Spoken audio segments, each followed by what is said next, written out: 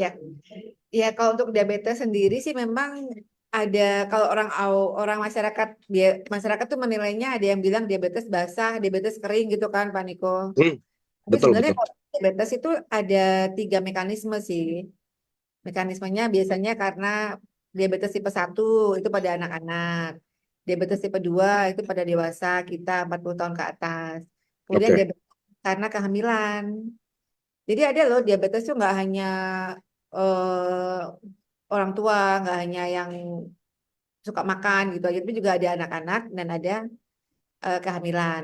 Kalau yang Oke. kehamilan itu sama anak-anak harus pakai insulin. Nah, kalau Oh, yang kita biasa temuin di pasien-pasien itu diabetes yang tipe 2 sebenarnya. tipe 2 ini yang gaya hidup ya. Diabetes gaya hidup. Kalau tipe 1 tuh udah bakat keturunan dari lahir. Kalau tipe Jadi 2 tuh diabetes itu menular, Dok. Menular. Maksudnya menurun ya. ya jadi memang awalnya ada bakat juga, ada menurun kayak genetik gitu, tapi juga ada faktor gaya hidup. Jadi untuk orang-orang yang cenderung kena diabetes adalah 1, laki-laki. 2, obesitas, lingkar pinggang, Pak Niko. Lebih dari 90 untuk laki-laki. Lebih dari 80 untuk perempuan. Itu resiko kena loh. Jadi laki-laki lingkar perutnya gede, terus ada hipertensi, ada kolesterol tuh cenderung untuk kena diabetes yang tipe 2 atau diabetes karena gaya hidup. Nah, Tunggu, ini kalau kolesterol jadi cenderung diabetes juga. iya betul karena kolesterol itu bikin resistensi insulin. Nah, diabetes Oh. yang gaya hidup itu namanya resistensi insulin, Pak Niko. Kalau yang diabetes yang tipe 1, yang diabetes kan dari lahir, itu karena kerusakan pankreasnya. Tapi kalau yang diabetes gaya hidup itu adalah diabetes karena insulinnya terganggu. Jadi ibaratnya kayak pabrik itu bikin bikin insulinnya itu nggak bagus gitu.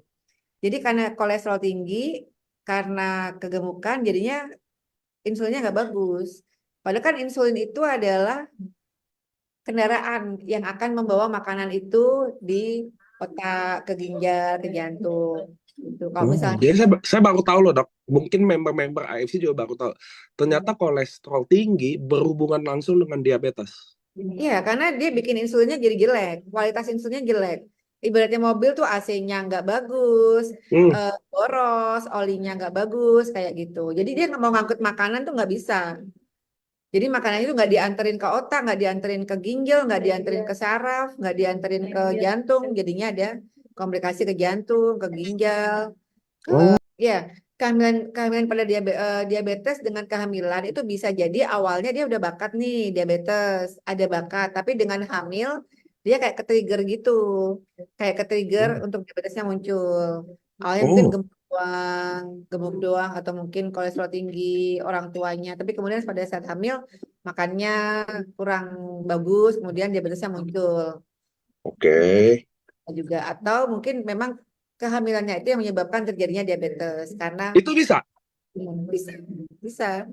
Jadi Karena orang hamil, lalu dia divonis diabetes. Bisa ternyata ya. bisa. Jadi Tanpa awalnya alasan apapun. Tanpa harus pola makannya buruk kayak, tanpa apa. Tiba-tiba dia hamil, langsung dia diabetes. Bisa. bisa. Kayak misalnya hamil tiba-tiba hipertensi, ada kan? Ada. Kalau itu ada. Nah, itu sama gitu, Pak Niko.